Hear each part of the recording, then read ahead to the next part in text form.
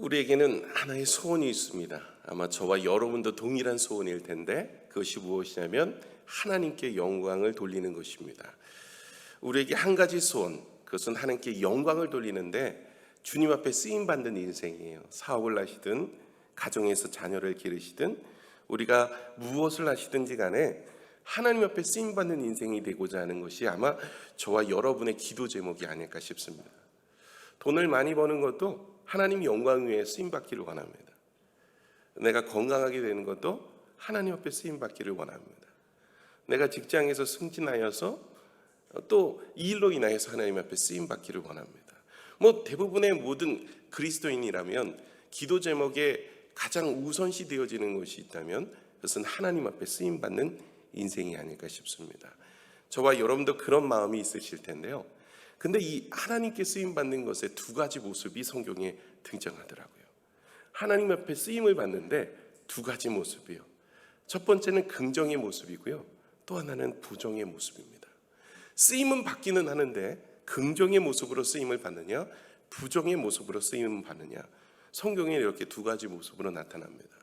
긍정의 모습으로 쓰임받는 사람은 여러분이 잘 아는 아브라함, 요셉, 다윗 이런 사람들 여러분이 긍정으로 하나님 앞에 쓰임받는 사람이에요. 그러나 반면에 부정적인 쓰임받는 사람들이 있습니다. 가룟 유다, 부정적으로 쓰임받았죠. 예수님이 십자가에 달려 돌아가셔야 되지만 그렇게 돌아가셔야 될 때 그로 인하여서 팔림을 당하고 쓰임받게 되는, 그게 부정적인 쓰임이죠. 또 오늘도 본문에 나오는 이 본디오 빌라도, 이 빌라도도 마찬가지입니다. 이 쓰임은 받았는데 부정적으로 쓰임을 받게 되어진 것이에요. 이 가룟 유다나 빌라도는 기독교 역사에 있어서 성도들에게 영원히 회자되는 이름이고 인물이 되어집니다. 사도신경을 우리가 늘 묵상을 하는데 사도신경에 보시면 본디오 빌라도의 고난을 받으사라고 되어 있죠. 그래서 늘 예배 시간마다 그의 이름이 등장하지만 그의 이름은 부정적인 의미로 쓰여지게 되어지는 안타까운 모습이 될 수 있어요. 하나님의 영광, 하나님의 나라를 위해서 쓰여야 되는데 그렇지 못하는 인생, 하나님께 쓰임받기는 하나 부정적으로 쓰임받는 이런 모습이 되지 말아야 되겠죠. 그렇다면 오늘 이 부정적으로 쓰임받게 되어지는 이 빌라도의 모습을 우리가 살펴서 우리가 반면교사로 삼아야 돼요. 우리의 모습 속에 이 빌라도의 모습이 있다면 내려놓고 우리가 주님 앞에 긍정의 모습으로 쓰임받을 수 있는 믿음의 모습이 되어야 할 줄로 믿습니다. 우리가 살면서 수많은 선택을 하고 살아요. 아침에 일어나면 무엇을 먹을까부터 시작합니다. 아침을 먹을 때 어떤 걸 먹을까? 또 무엇을 입을까? 이것도 여러분 걱정을 많이 하죠. 여러분 무엇을 입을까? 그래서 고민하고 오늘 오신 거 아닙니까? 그렇죠? 늘 볼 때마다 옷은 없다. 늘 여태까지 벗고 다닌 것도 아닌데 늘 볼 때마다 옷이 없어요. 그래서 늘 옷을 구매도 해서 우리가 무엇을 입을까? 또 무엇을 타고 올까? 오늘은 걸어갈까? 차를 타고 갈까? 버스를 타고 갈까? 이렇게 무엇을 먹을까? 무엇을 입을까? 무엇을 마실까? 늘 우리가 그 걱정을 하면서 선택을 하는데 이런 선택은 가벼운 선택이에요. 그럼 우리 인생에 있어서 중요한 선택이 기로에 놓일 때가 있어요. 결혼 같은 경우가 그렇죠. 인생의 반려자인데 결혼 어떻게 해요? 그냥 쉽게 결정하세요? 나는 쉽게 했다 그냥. 그런 분 안 계시죠? 난 그냥 대충 골랐어 그냥. 그런 분들은 안 계실 겁니다. 아주 신중하게 기도하여서 나의 반려자, 남편 혹은 아내 이렇게 선택을 하시죠. 그로 인하여서 우리의 인생에 중요한 그거 10년, 20년 아니 평생 그렇게 함께 가야 되는 부분입니다. 직장이나 사업을 할 때도 마찬가지 중요한 선택과 결정을 해야 될 때가 있습니다. 그런데 이런 중요한 선택과 결정을 할 때 꼭 기도하고 하셔야 돼요. 한 번의 선택이 평생을 좌우할 수 있어요. 이전에 광고에 한 번의 선택이 10년을 좌우한다. 이런 TV 광고가 있었던 적이 있었는데요. 이 TV가 10년 간대요. 그래서 이 TV 잘 선택해야 된다. 이 TV를 사셔야 10년 동안 잘 볼 수 있다. 이러면서 광고했던 것이 기억이 나는데 여러분 언제나 인생의 중요한 선택 기로에 놓일 때는요. 여러분 이때 정말 믿음이 필요합니다. 하나님을 의지하는 믿음입니다. 많은 분들이 그냥 이때 하나님은 나에게 다 해주실 거야, 하나님 내 환경 아시죠? 하면서 기도도 안 하고 그냥 선택을 하는 경우가 있어요. 이건 믿음이 아닙니다. 진짜 믿음은 하나님 앞에 기도하고 간구하여서 하나님의 은혜를 구하는 것이 진정한 믿음이에요. 그래서 중요한 선택을 할 때는 늘 기도하면서 하나님의 뜻이 무엇인지를 분별하여 하는 것이 무엇보다 중요합니다. 오늘 성경은 이 잘못된 선택을 하게 되어지는 빌라도의 모습을 우리에게 보여주고 있습니다. 그는 한 번의 잘못된 선택으로 인하여 영원히 비참한 인생으로 살아가고, 성도들의 주일마다 예배를 드릴 때마다 혹은 평상시에 예배를 드릴 때마다 사도신경을 통해서 그의 이름이 회자되지만 그의 이름은 부정적인 모습으로 기억에 남는 안타까운 인생이 되어버린 것이죠. 그는요, 헤롯 대왕의 아들 아킬레오가 유대, 사마리아 그리고 이두메 전 지역을 통치하게 되었는데 실패해가지고 로마에서 그를 직접 파견합니다. 이래 본디오 빌라도는 로마에서 직접 파견하여서 유대와 사마리아, 이두메 이 팔레스틴 지역을 다스리도록 그렇게 보냄받은 사람입니다. 10년 동안 통치를 해요. 주후 26년에서 36년까지. 그는 팔레스타인 최고의 실권자이고 판결자이고 결정권자였어요. 이 빌라도라는 사람이 그렇습니다. 지금 예수님은 이 공회에서 신문을 받고, 사내들인 공회라고 유대 공회예요. 유대 공회에서 신문을 받고 이제 로마의 빌라도 법정에 넘겨진 상황이 오늘 쓰여 있는 내용입니다. 당시에 로마는요, 속국이 많았어요. 점령한 나라들이 많았는데 그 점령한 나라들에게 대부분 자치권을 어느 정도 허용했어요. 너희들이 이렇게 결정을 하면 내가 들어주겠다. 그래서 이 공회라는, 사내들인 공회라는 72명으로 구성이 되어 있는 대제사장, 장로들, 서기관들, 이런 사람으로 구성이 되어 있는 이 공회에서 어떤 일을 진행을 하면 웬만한 건 다 들어줘요.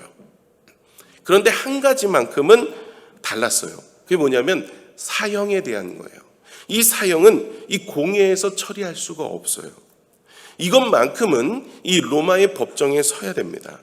그래서 공회에서, 가야바 법정에서 예수님께서 신문을 받으시고, 그리고 나서 대제사장과 서기관과 공회 회원들이 이제 예수님을 죽이기 위해서 이 로마의 법정에 세운 겁니다. 빌라도에게 넘긴 거예요. 사형은 이 로마의 법정에서 내려야 되기 때문에 그렇습니다. 지금 그런 상황이에요. 그런데 이 빌라도가 예수님을 신문을 해보았더니 죄가 없는 거예요. 그들이 이야기했던 내용들 자체가, 그들이 고소했던 내용들 자체가 증거도 불충분해요. 그럼에도 불구하고요, 이 빌라도가 공회가 요구한 대로 예수님을 십자가에 못 박아 죽이는 결정을 하게 됩니다. 인생 최악의 선택입니다. 하나님께 부정적으로 쓰임받게 되어지는 결정적인 역할을 하게 되는 안타까운 모습입니다. 이 빌라도는 이런 선택을 할 수밖에 없었던 이유가 무엇이 있을까요? 오늘 본문의 내용을 통해서 세 가지를 좀 살펴보고자 하는데요, 우리도 이런 실수를 하지 말아야 됩니다. 이런 모습이 우리 가운데 있다면 하나님께 긍정의 모습이 아니라 부정적으로 쓰임받고 하나님의 영광을 돌리는 것이 아니라 하나님의 영광을 가리는 인생이 되어질 수 있다는 것을 기억하셔서 오늘 말씀을 통해서 이런 사람은 되지 말아야 되겠다, 이런 결단을 하시기를 원합니다. 첫 번째는 무엇이냐면, 이 사람은요, 사람을 만족시키는 것에 마음의 초점이 맞춰져 있습니다. 우리가 본문은 아니지만 15절까지 내용을 살펴볼 건데요, 이 마가복음 15장 15절의 말씀을 함께 나누겠습니다. 시작. 빌라도가 우리에게 만족을 주고자 하여 바라바는 놓아주고 예수는 채찍질하고 십자가에 못 박히게 넘겨줍니다. 아멘. 오늘 성경을 보세요. 여러분, 빌라도가 무리에게 무엇을 주려고 예수님을 십자가에 못 박아 죽이십니까? 바로 무리에게 만족을 주고자 하는 거예요. 죄가 없는 것을 알아요. 그러나 그들에게 기뻐하게, 그들의 만족을 주기 위해서, 그들이 원하는 대로 왜 그럴까요? 밀란이 일어나게 되어지면 두려웠던 거예요. 그래서 사람들의 비유를 맞추기 시작합니다. 하나님의 시선보다는 사람의 시선, 사람들의 만족을 주기 위해서 그는 살았던 거예요. 우리 그리스도인들이요, 하나님의 시선보다 사람의 시선을 의식한 때부터 우리는 변질되어 가는 거예요.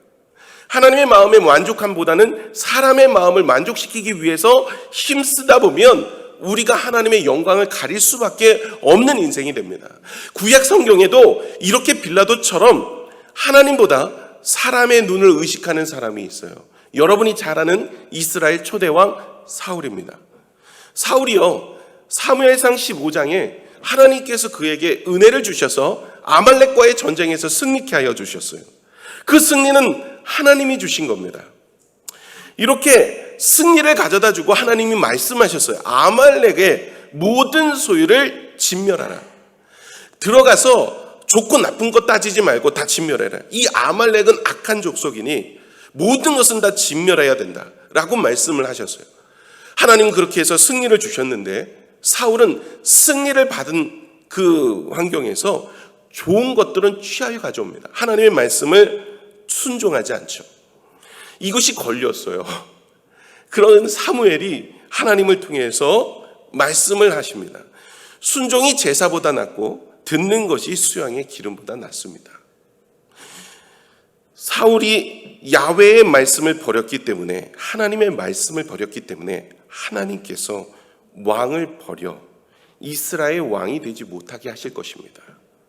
이제 하나님의 말씀을 버리고 순종하지 않음으로 인해서 하나님께서 당신을 버리실 것입니다 라고 책망을 합니다. 여러분, 이런 이야기가 여러분에게 들려졌다면 여러분 어떻게 하시겠습니까? 저라면 하나님 앞에 나와서 하나님 죄송합니다. 내가 잘못했습니다. 이제는 하나님의 영광만을, 하나님 나라만을 위해 살겠습니다. 내가 착각했습니다. 이것이 오히려 하나님 앞에 그렇게 책망을 들을 만한 것인지 깨닫지 못하였습니다. 이러면서 회개하지 않았겠습니다. 그런데 이 사람은 그렇게 하지 않았어요. 사무엘상 15장 27절에서 30절의 말씀 한번 볼까요? 한번 같이 읽겠습니다. 시작. 사무엘이 가려고 돌아설 때 사울이 그의 옷자락을 붙잡으며 찢어진지라. 사무엘이 그에게 이르되 여호와께서 오늘 이스라엘 나라를 왕에게서 떼어 왕보다 나은 왕의 이웃에게 주셨나이다. 이스라엘의 지존자는 거짓이나 변개함이 없으시니 그는 사람이 아니심으로 결코 변개하지 않으심이니이다 하니, 사울이 이르되 내가 범죄할지라도 이제 청하옵나니 내 백성의 장로들과 이스라엘 앞에서 나를 높이사 나와 함께 돌아가서 내가 당신의 하나님 여호와께 경배하게 하소서 하더라. 아멘. 30절이 정말 재미난 이야기입니다. 자, 책망을 들었어요. 야, 너는 아말렉의 모든 것 진멸하라고 하나님이 말씀을 못 들었냐?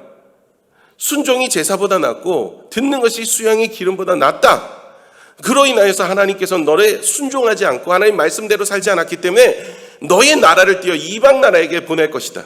다른 왕을 세울 것이다. 이렇게 말씀을 하였는데 사울이 사무엘의 옷자락을 붙잡아요. 옷자락이 찢어져.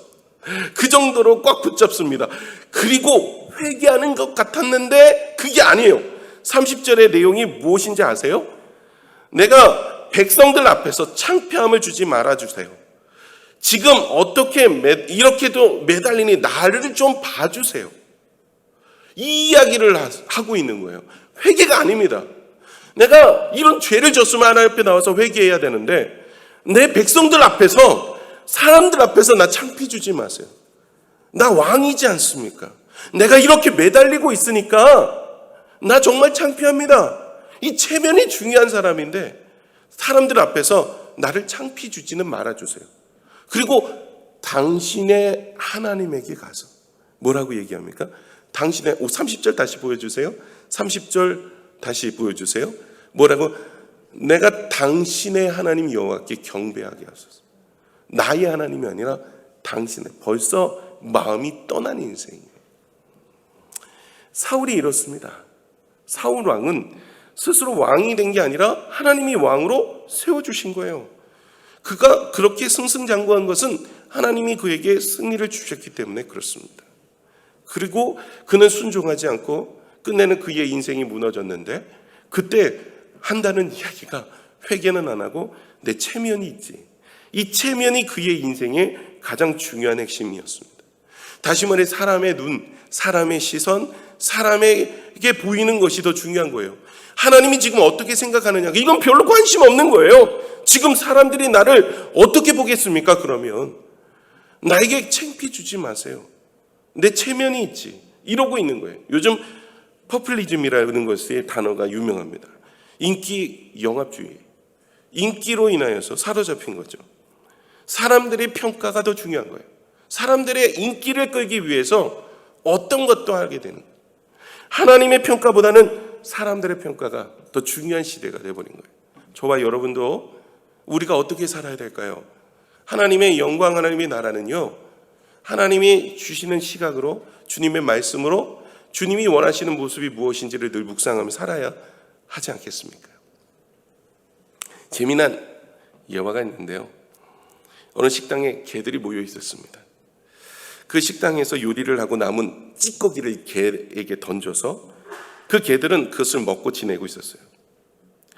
그런데 이들이 이 찌꺼기를 늘 먹을 때마다 요리를 평가하는 거예요. 아, 오늘은 맛있다. 오늘은 맛없다. 아, 이거는 오늘 조금 이렇게 짜. 뭐 이러면서 개들이 서로거나 이 요리를 평가하는 거예요. 어느 날 이 요리사가 개들이 자신의 요리를 평가하고 있다는 것을 알았어요. 그때부터 이 요리사는 날마다 개들에게 좋은 평가를 받기 위해서 요리에 신경을 쓰고 개들이 좋아하는 요리를 만들었어요. 이 소식을 들은 식당 주인은 그 요리사를 잘랐습니다. 왜 그랬을까요? 이 요리사는 손님의 입맛이 어떤지를 신경을 쓰고 맞춰야 되는데 어디에 맞추고 있어요? 개 입맛에 요리를 신경을 쓰고 맞추다 보니까 잘릴 수밖에 없었겠죠. 극단적인 예지만 여러분, 우리가 하나님의 시선, 하나님의 마음, 하나님이 기뻐하시는 것, 거기에 우리가 마음을 두고 살아야 돼요. 그런데 자꾸만 사람의 시선, 사람의 마음, 사람이 원하는 것을 따라 하게 되는 경우가 많습니다. 껍데기 예배는 가다라는 책이 있습니다. 2010년에 이렇게 나왔는데 마크 레버튼이 쓴 거예요. 여기의 내용의 핵심은 요즘 예배가 점점 신본주의가 아니라 인본주의로 바뀌고 있다. 예배가 점점 이 예배가 하나님께 예배하는 것이 아니라 이 예배를 통해서 자신이 뭔가를 얻기 위한 예배가 되어져서 하나님의 기쁨이 예배가 아니라 나의 기쁨의 예배로 점점 예배 자체가 인본주의에 빠져가는 것에 대한 문제점을 지적하고 있습니다. 예배가 하나님을 기쁘시게 하는 예배가 되어야 되죠. 그런데 사람의 입맛을 맞추는 예배가 되는 거예요. 사람들의 귀에 즐거운 말씀을 전하고 사람들의 시선을 현혹하는 화려하게 꾸며져 가는 예배 모습을 통하여서 예배를 드리고 나면 속이 다 시원해요.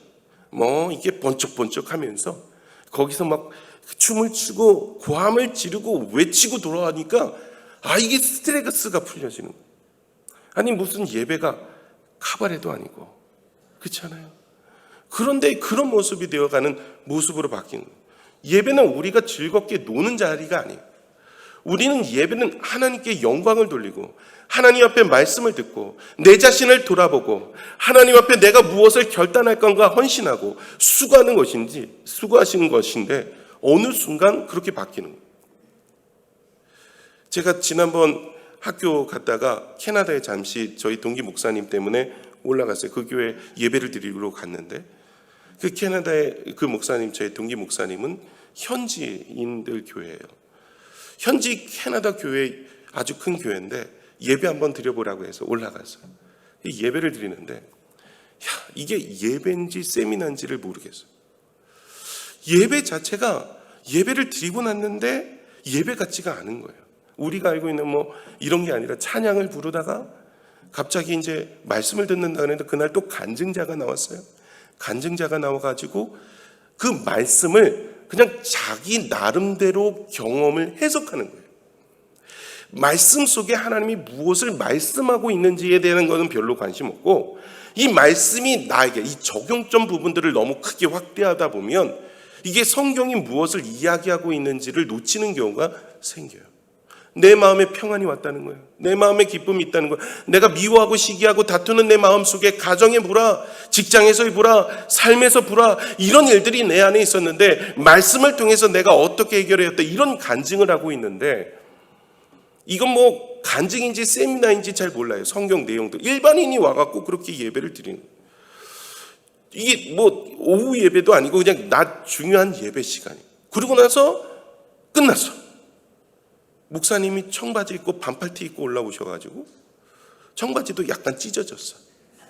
요즘 스타일. 그 올라오셔가지고 난 목사님인지 몰랐어요. 근데 그분이 담임 목사님이래. 그래갖고 그 얘기하시고 뭐 광고를 좀 하시더니 끝났어. 그리고 끝났어. 뭐 축도 뭐 이런 거 없어요. 가래. 그리고 나오는데 이게 예배를 드린 건지 안 드린 건지 도대체 모르는. 그러니 요즘 시대가 이렇게 바뀌어가는 거예요. 정말 우리가 하나님을 기뻐하는 예배가 돼야 되잖아요.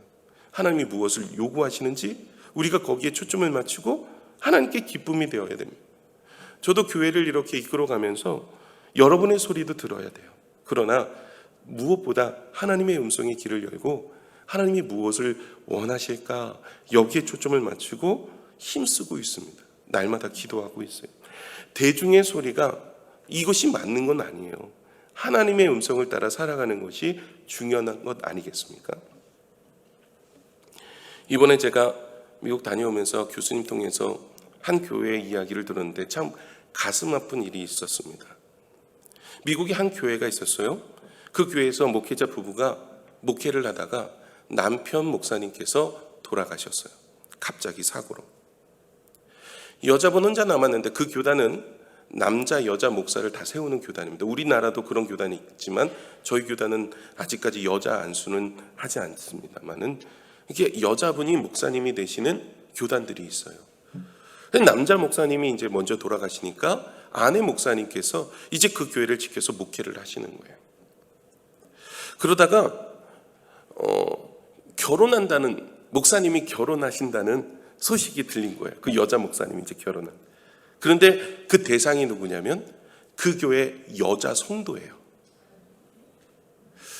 여자 목사님이 여자 성도와 결혼을 하는 거예요. 그래서 레즈비언이죠. 동성애입니다. 결혼을 하게 됐어요. 그 교회 어떻게 됐을 것 같습니까? 깨어졌을 것 같으세요? 아니요. 오히려 더 큰 부흥을 일으켰어요. 이 교회는 깨어있는 교회다. 그래서 수많은 사람들이 모이고 더 큰 부흥이 일어나고, 그걸 부흥이라고 얘기해야 될지는 모르겠어요. 바깥에다, 교회 바깥에다가 깃발을 꽂아놨어요. 무지개 깃발. 그 교회는 동성애 교회예요. 이런 일들이 일어납니다. 여러분, 성경에 하나님이 동성애는 죄다 라고 말씀하셨으면 그게 가치예요. 그게 가장 중요한 거예요. 그게 캐논입니다. 저와 여러분이 오늘도 이 동성애는 죄다, 이것이 우리의 가치 기반이 되어진, 대중이 죄가 아니라고, 우리가 이건 죄로 하지 말자라고 법원에서 판결한다고 되는 문제가 아니라 이건 하나님이 죄라고 얘기하면 죄인 거예요. 기준점은 하나님의 말씀이죠. 대중이 어떻게 생각하느냐가 중요한 게 아닙니다. 저와 여러분이 오늘도 우리는 이 시대를 살아가고 있어요. 정말 우리가 시대를 본받아 가지 말고 오늘 말씀을 따라 하나님의 영광을 위해 살아가는 인생이 되어야 할 줄로 믿습니다. 로마서 12장 2절의 말씀을 한번 보겠습니다. 함께 읽겠습니다. 시작. 너희는 이 세대를 본받지 말고 오직 마음을 새롭게 함으로 변화를 받아 하나님의 선하시고 기뻐하시고 온전한 뜻이 무엇인지 분별하도록 하라. 이 세대를 본받지 말고 하나님의 뜻이 무엇인지 분별하고 그것을 따라 생활하는 믿음의 모습이 되어야 할 줄로 믿습니다. 여러분, 우리는 세상을 만족시키는 사람들이 아닙니다. 전도라는 명목하에 우리가 교회 문턱을 낮춘다고 하지만 그래도 말씀은 우리가 가지고 있어야죠. 말씀도 타협해서 세상 사람들에게 열린 마음으로 다가간다? 이건 아니지 않습니까? 저와 여러분이 오늘도 이 빌라도가 하는 모습이 사람들을 만족시키기 위한 선택이었어요. 분명히 예수님은 죄가 없는 것을 알았어요. 그럼에도 불구하고 십자가에 내어주는 이유는 사람들을 만족시키기 위해서. 오늘도 우리는 그런 모습으로 살고 있지는 않은지를 돌아보셔야 돼요. 사람들의 시각, 사람들의 눈, 사람들에게 만족을 주는 인생이 아니라 하나님의 시각, 하나님의 눈, 하나님이 원하시는 일에 우리가 순종하는 인생이 되어야 긍정적으로 쓰임받는 인생이 되는 줄로 믿습니다. 두 번째는 이 빌라도는 출세에 눈이 먼 사람입니다. 빌라도가 잘못된 선택을 하게 된 두 번째 이유는 출세에 대한 과욕 때문에 그렇습니다. 이 빌라도는 사람을 살리기도 하고 죽이기도 하는 그런 권세가 있는 자리에 있는 사람이에요. 이 사람 말 한마디에 살리고 죽이고 할 수 있어요. 요한복음 19장 10절에 우리 같이 보면 빌라도가 이르되 내게 말하지 아니하였느냐 내가 너를 놓을 권한도 있고 십자가에 못 박을 권한도 있는 줄 알지 못하느냐. 자기가 스스로 예수님에게 이야기하는 거예요. 똑바로 얘기해라 하면서 얘기하는 거죠. 내가 놓아줄 수 있는 권세도 있고 내가 죽일 수 있는 권세도 있다. 나는 그런 사람이야 라고 이야기한 거예요. 빌라도는 그런 권세를 가진 사람입니다.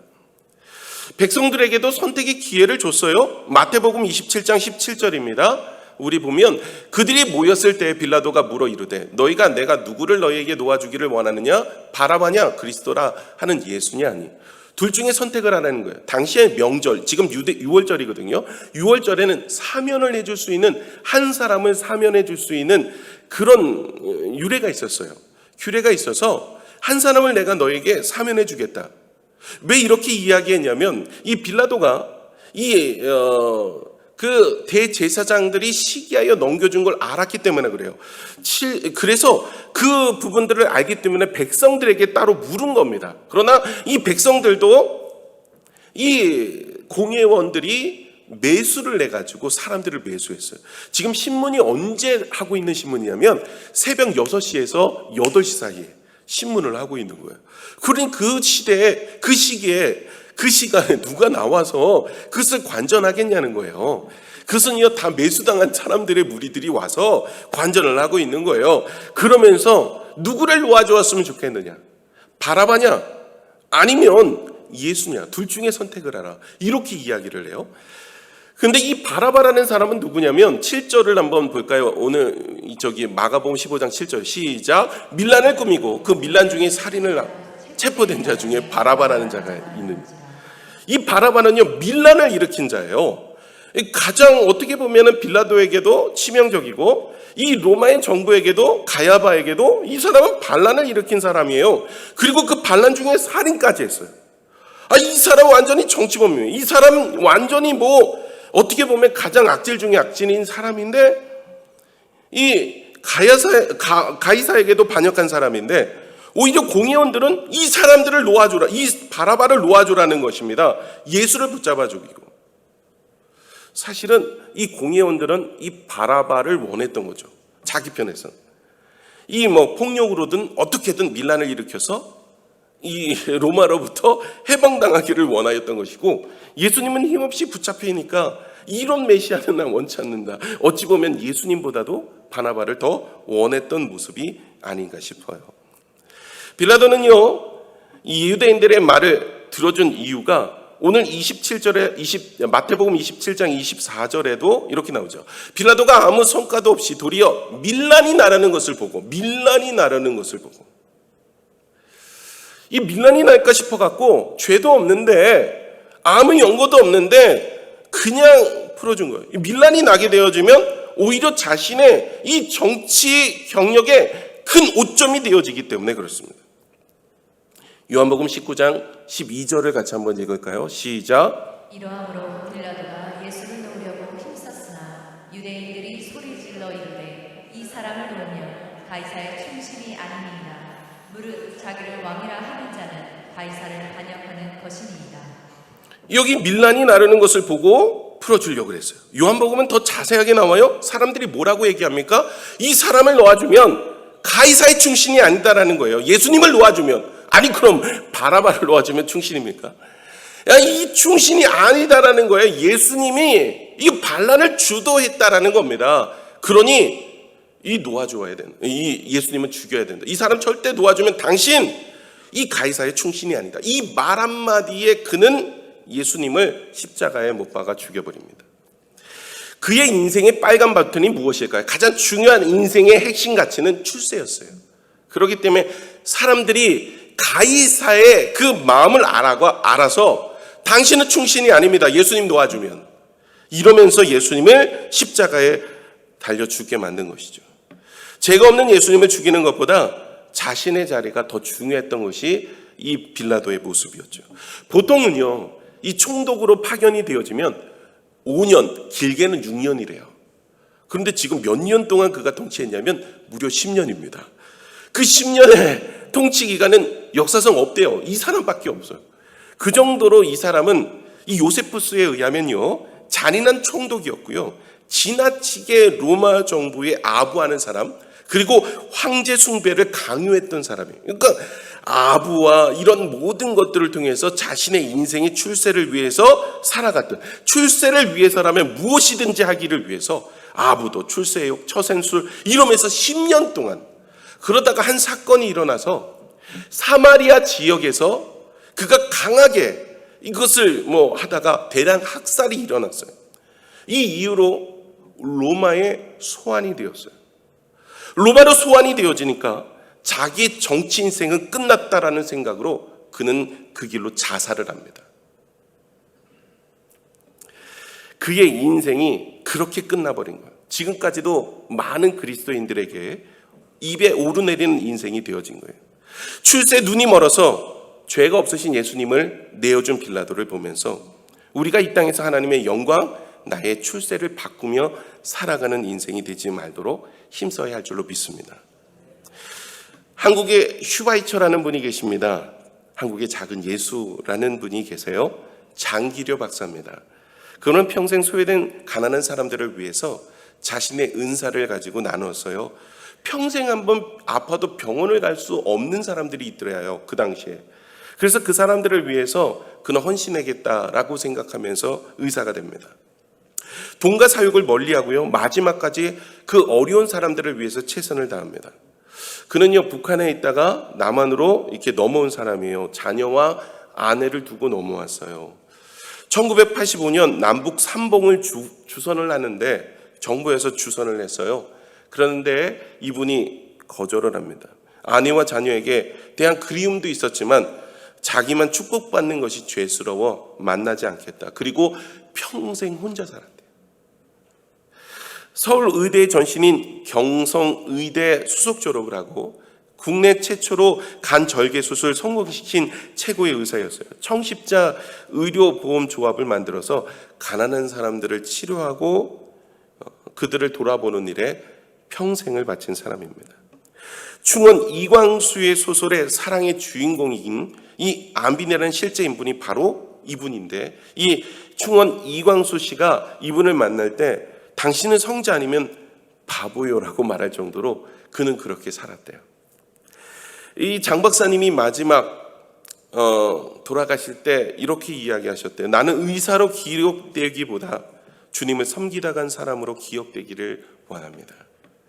경기도 마속 모란공원의 비문에도 이렇게 쓰여 있답니다. 주님을 섬기다 가신 분이 여기 잠들다.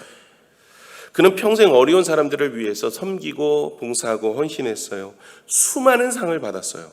그러나 그 상은 그에게 자랑이 되지 않았습니다. 그는 하나님 나라, 하나님의 영광을 위해서 자기의 명예, 명성, 부귀, 영화 다 내려놓고 오직 하나님의 나라를 위해서 섬기는 그런 사람이었어요. 요즘 학벌주의가 학벌 만능주의, 성공지상주의, 물질 만능주의가 팽배합니다. 우리가 보고 있는 소셜 미디어에 보시면 누가 얼마를 벌었다, 누가 얼마를 받고 이적을 했다, 집값은 얼마를 올랐다, 뭐 이런 이야기로 가득한 시대에 살고 있어요. 출세가 나쁘고 돈을 많이 버는 것이 나쁘다는 얘기가 아닙니다. 출세하십시오. 오늘도 기도하셔서 하나님, 저 출세하게 해 주세요. 하나님, 저 새 되고 싶습니다. 하나님 출세 좀 한번 해보고 싶습니다. 누가 그러죠? 나는 새 됐어. 뭐 이러면서 노래를 하는 사람도 있는데, 여러분, 우리가 출세도 하고 명예도 얻고 성공도 해야 되겠지만 주님께서는 뭐 아브라함에게도 말씀하시지 않았습니까? 내 이름을 창대하게 해요. 그 이름 자체를 창대하게 하는 그 하나님의 명성을 주시겠다는 얘기죠. 그러나 그 자리, 그거보다 더 높이 우리가 생각해야 될 것은 바로 하나님의 영광을 위한 것이에요.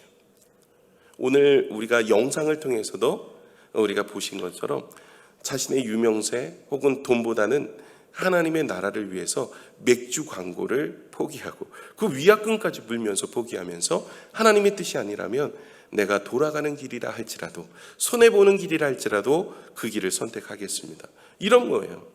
여러분, 인생에 있어서 이런 마음을 가지고 살아가는 인생은 하나님께 영광을 올려드리는 거죠. 사울왕은요, 아말렉과의 전쟁을 하고 나서 승리를 하고 자기의 기념비를 세워요. 아니, 하나님께 제단을 쌓고 예배를 드려야 되는 인생이 자기의 기념비를 세우는 인생이 되어버렸어요. 중요한 선택을 하고 우리가 하나님이 주신 축복과 은혜를 얻어서 뭐 출세도 하고 성공도 하고 명예와 영광을 얻는 자리라 할지라도 우리는 늘 그 자리에서 기억해야 될 것은 하나님의 영광을 올려드리고 하나님 나라를 위해서 살아가는 믿음의 모습이 되셔야 할 줄로 믿습니다. 빌라도는 부정적이게 쓰임받게 되어진 인생이었어요. 자신의 출세, 영광을 위해 살아갔던 인생. 그러나 그의 인생은 처참하게 마무리되어지는 안타까운 모습입니다. 마지막으로 세 번째가 무엇이냐면 양심의 소리를 이 사람이 듣지를 못해요. 10절을 우리 같이 볼까요? 마가복음 15장 10절인데요. 이는 그가 대제사장들의 시기로 예수를 넘겨준 줄 알미러라. 대제사장의 시기로 예수를 넘겨준 줄 아는 거예요. 예수님이 죄가 없으시지만 이 대제사장과 공회원들이 시기하여, 오히려 예수님을 시기하여 자신의 위치가 위태로우니까 이 대제사장과 공회 사람들이 예수님을 시기하여 넘겨준 것을 빌라도는 알고 있었어요. 그럼에도 불구하고 양심은 계속 찔리는 거죠. 계속 그러면서 자기 손도 씻고 뭐 나는 여기서 빠지겠다 뭐 이러면서 얘기하지만, 그러나 그는 그 자리를 벗어날 수 없었죠. 또 도스토예프스키라는 사람이 양심이란 우리의 인간의 내면의 존재 속에 신이 주는 목소리다라는 이야기가 있어요. 양심은요, 신이 준 목소리래요. 하나님께서 우리에게 양심을 다 주셨어요. 여러분 양심 있죠? 가끔 없는 분도 계세요. 양심 없어요. 양심 없고 집에 두고 오신 분들, 양심 없는 분들, 다 양심이라는 것을 하나님이 우리에게 주셨어요. 그 양심을 통해 주님은 말씀하신다라는 거예요. 바울은 이렇게 이야기합니다. 사도행전 23장 1절에 보시면 바울이 23장 1절이요. 바울이 공회를 주목하여 이르되 여러분 형제들아, 오늘까지 나는 범사의 양심을 따라 하나님을 섬겼노라 하거늘. 양심을 따라 하나님을 섬겼대요. 이 양심이 뭘까요? 선한 양심, 바로 하나님께서 주시는 마음이죠. 그 성령의 음성에 귀를 기울이는 모습입니다. 디모데전서 1장 19절에도 뭐예요? 믿음과 착한 양심을 가지라. 어떤 이들은 이 양심을 버렸고 그 믿음에 관하여는 파선한 양심을 버린 사람도 있어요. 여러분, 솔로몬이 1000번제를 드리고 하나님께 지혜를 구한 게 이거예요. 이 선한 양심, 하나님의 음성을 들을 수 있는 마음, 이게 선한 양심입니다. 디모데전서 4장 2절에 뭐라고 얘기하냐면 자기 양심이 화인을 맞아서 외식함으로 거짓말하는 자들이라. 그들은 마음의 화인을 맞아서 양심의 소리를 듣지 못해요. 양심을 버리면 하나님을 떠난 인생이 되어져요. 아무리 말씀을 들어도요, 오늘도 이 자리에서 예배를 드려도 들리지가 않아요. 양심의 소리에 닫혀 있는 거예요. 제가 오늘도 올라와서 여러 번 기도했어요. 하나님, 내가 오늘 설교를 하는데 하나님, 이 설교가 성도들에게 성경의 지식을 전달하는 시간이 아니라 정말로 하나님의 음성이 그분들의 마음을 정말 들어가서 울리는 음성이 되고 내가 어떻게 살아야 될지를 고민하고 결단하는 시간이 되게 해달라고 기도하고 올라왔어요. 선한 양심에 응답하는 우리의 모습이 되어야 하는 거죠. 빌라도는 양심의 소리에 이렇게 반응합니다. 마태복음 27장 24절을 보시면 빌라도가 아무 성과도 없이 도리어 밀란이 나라는 것을 보고 물을 가져다가 무리 앞에서 손을 씻으며 이르되 이 사람의 피에 대하여 나는 무지하니 너희가 당하라. 나에게 직접 책임이 없다라고 얘기하지만 사실은 책임자가 책임이 없다라고 얘기하면서 너희가 이 책임을 다 받아라. 이건 말이 안 되는 이야기죠. 양심의 소리에 그는 귀를 열고 그것을 반응하지 않아요. 양심이 진짜 찔리는데 분명히 자기도 양심이 찔리니까 이 일에 있어서는 나는 책임이 없다라고 빠지는 거예요. 그러나 그 양심이 날마다 우리에게 말씀하고 있는데 성령의 음성이죠. 듣지 않으려고 하는 모습이 우리 속에도 있을 수 있다는 것을 우리는 늘 기억해야 되는 것이죠.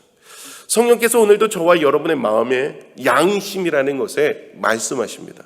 죄를 범할 때마다 그러면 안 돼. 이건 죄악이야. 하나님의 말씀 앞에 나가는. 오늘도 예배 때 이렇게 예배 시간에 나오고 하나님을 찬양하고 하나님을 경배하고 봉사 헌신하라는 것도 하나님께서 우리의 마음에 말씀하고 있는 것 아니겠습니까? 본디오 빌라도처럼 나쁜 영향을 주는 인생이 아니라 우리가 선한 영향을 주는 인생이 되려면 이 세 가지 꼭 기억해야 돼요. 사람의 눈을 의식하기보다 하나님을 의식해야 됩니다. 두 번째는 너무 내 인생의 영광보다는 하나님의 영광을 생각해야 됩니다. 세 번째는 성령이 나에게 주시는 양심의 소리를 들으셔야 돼요. 선한 영향력, 이런 사람이 선한 영향력을 낼 수 있는데요. 마지막 예화를 들고 마치고자 합니다.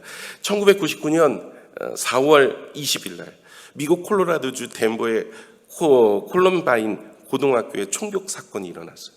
그때요 2명의 학생들이 무려 이 총격 사건으로 25명을 죽입니다.